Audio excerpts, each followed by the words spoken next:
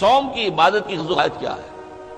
یا ایھا الذین آمنوا کتب علیکم الصیام کما کتب علی الذین من قبلکم لعلکم تتقون، اے ایمان والو تم پر بھی روزہ فرض کیا گیا ہے جیسے کہ تم سے پہلے لوگوں پر کیا گیا تھا تاکہ تمہارے اندر تقویٰ پیدا ہو جائے۔ تقویٰ کسے کہتے ہیں؟ لفظی معنی ہے بچنا، گناہ سے بچنا، حرام کام سے بچنا، حرام چیز کھانے سے بچنا، حرام خوری سے بچنا، حرام کاری سے بچنا، یہ بچنا۔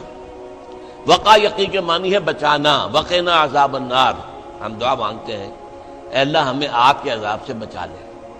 تو وقا یقی بچانا، اتقا یتقی بچنا، خود بچنا، تاکہ تم بچ سکو، تمہارے اندر تقویٰ پیدا ہو جائے، تم اللہ کی نافرمانی سے بچو، گناہوں کے ارتکاب سے بچو، حرام خوری سے بچو، اس لیے تمہارے اوپر روزہ فرض کیا گیا۔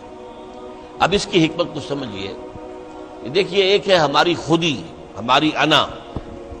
جب میں کہتا ہوں میں، تو میں سے مراد کیا ہے؟ یہ ہاتھ میرا ہے، یہ پاؤں میرے ہیں، یہ آنکھیں میری ہیں، یہ سر میرا ہے، یہ جسم، میں کون ہوں؟ میں کی حقیقت ذرا مختلف ہے، انا، خودی، سیلف۔ ایک ہے ہمارا حیوانی وجود، اس حیوانی وجود میں وہی سارے تقاضے موجود ہیں جو حیوانات کے اندر ہیں۔ ہر حیوان کھانا جو ہے اسے چاہیے، انسان کو بھی چاہیے۔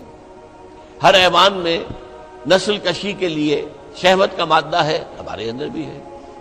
ہر حیوان کو کوئی نہ کوئی گھونسلہ ہو، کوئی بھٹ ہو، کوئی جگہ چاہیے رہنے کے لیے، آرام کرنے کے لیے، ہمیں بھی چاہیے۔ تو حیوانی تقاضے ہمارے جو ہمارے وجود کے اندر موجود ہیں، ان کے لیے کہا ہے، فرائڈ نے لفظ استعمال کیا ایڈیا لیبیڈو۔ یہ ایڈیا لیبیڈو بہت منہ زور ہے۔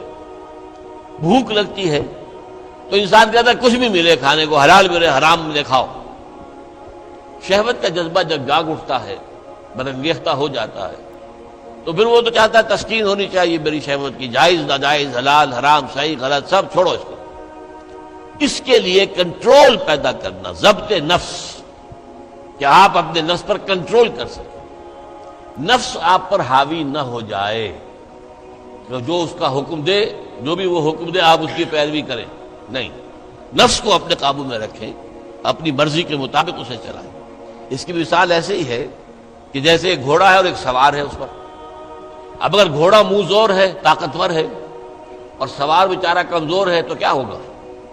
گھوڑا کہیں پٹک دے گا اس کو، کہیں کسی کھائی میں پھینکے گا یا کچھ اور کرے گا۔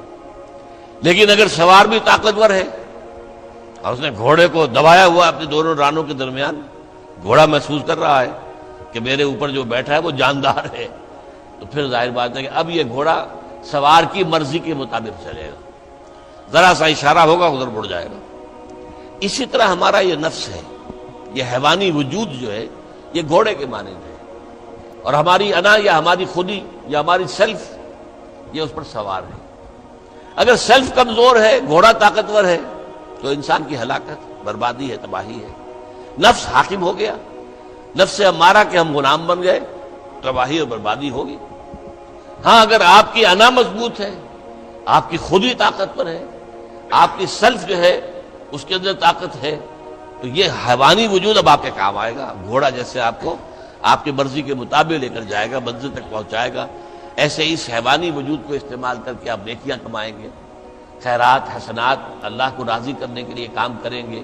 اس ہاتھ کو اسی کام کے لیے استعمال کریں گے، ان ٹانگوں کو اسی کام کے لیے استعمال کریں گے، اس زبان کو اسی کام کے لیے استعمال کریں گے۔ تو یہ ہے اگر آپ کا کنٹرول نفس پر ہے، اس کا نام ہے ضبط نفس۔ اور یہاں میں تھوڑا سا اشارہ کر دوں کہ ایک اور لفظ بھی آتا ہے، نفس کشی، نفس کو مار دینا۔ انگریزی میں اس کے لیے لفظ ہے سیلف اینیہیلیشن۔ ایک ضبط نفس ہے، سیلف کنٹرول، ایک نفس کشی ہے، سیلف اینیہیلیشن۔ یہ سیلف اینیہیلیشن اسلام میں پسندیدہ نہیں ہے۔ نفس کو کچلو مت، گھوڑے کو مارو نہیں، یہ تو کام کی شے ہے، بس گھوڑے پر قوت حاصل کرو، گھوڑے کو اپنے کنٹرول میں رکھو، ورنہ نفس کا بھی حق ہے۔ گھوڑے کو بھی دانا پانی ڈالتے ہو کہ نہیں؟ تمہارے نفس کا بھی حق ہے۔ وَإِنَّ لِنَفْسِكَ عَلَيْكَ حَقًّا وَإِنَّ لِزَوْجِكَ عَلَيْكَ حَقًّا وَإِنَّ لِزَوْرِكَ عَلَيْكَ حَقًّا۔ تم پر تمہارے اپنے نفس کا بھی حق ہے، تم پر تمہاری بیوی کا بھی حق ہے، تم پر تمہارے جو ملنے کے لیے لوگ آئیں، ملاقاتی ہوں، زیارت کرنے کا، ان کا بھی حق ہے۔ اس نفس کا بھی حق ہے، نفس کا بھی حق اسے ادا کرو، لیکن حلال، حرام نہیں۔ یہ حرام اور حلال کے فرق کے لیے ضبط کی ضرورت ہے، کنٹرول کر سکتے۔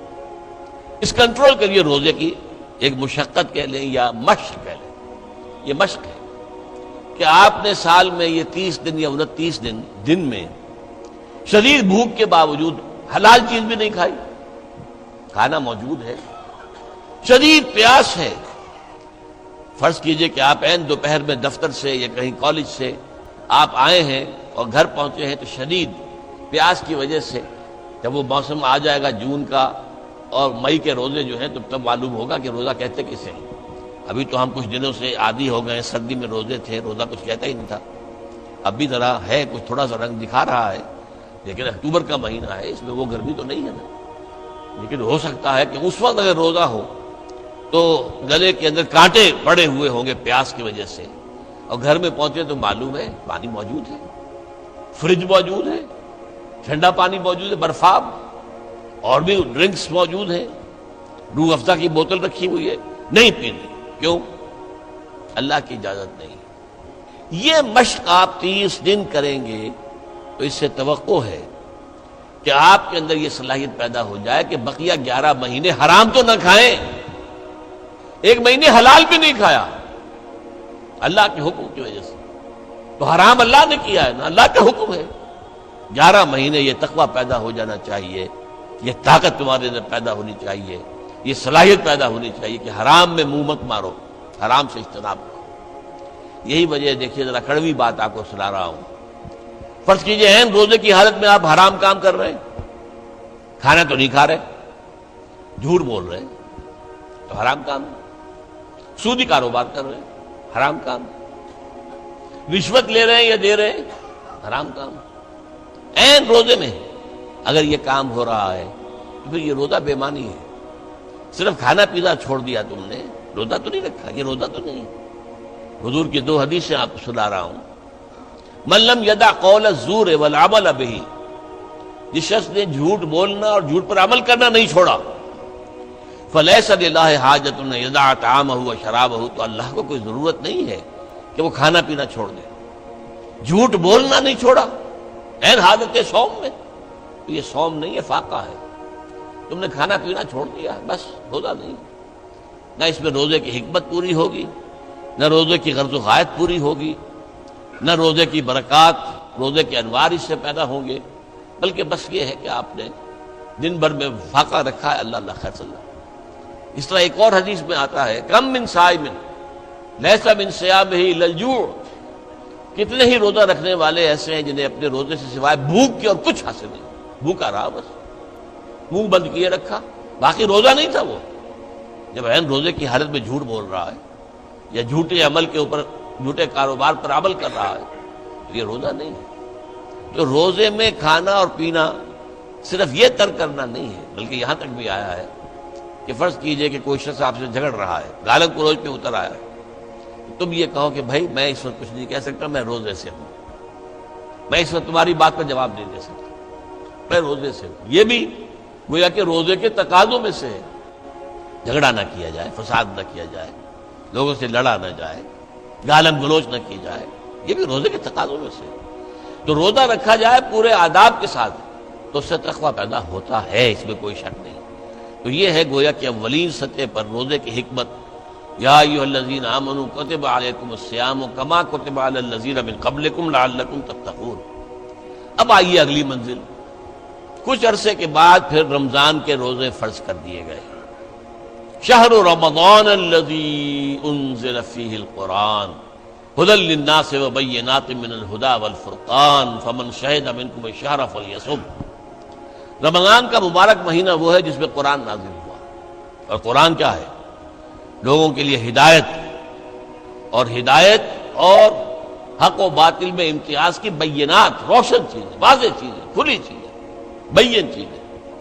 تو جو کوئی بھی تم میں سے پائے اس مہینے کو، نہ مریض ہو نہ بیمار ہو، موجود رہے اپنے گھر میں، فلیصم، تو لازم ہے اس پر کہ روزہ رکھے۔